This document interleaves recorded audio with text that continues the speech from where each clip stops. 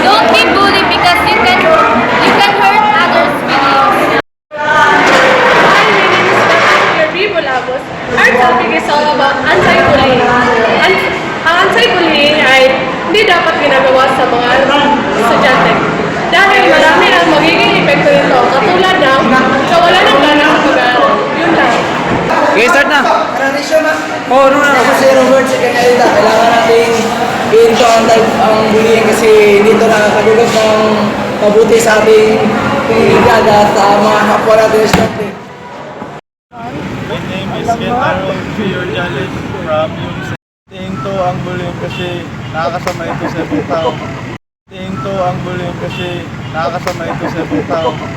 Si Ansari Muhammad, kailangan natin ito ang pagbubuli dahil hindi ito nakakadulot sa ating kapwa-tao.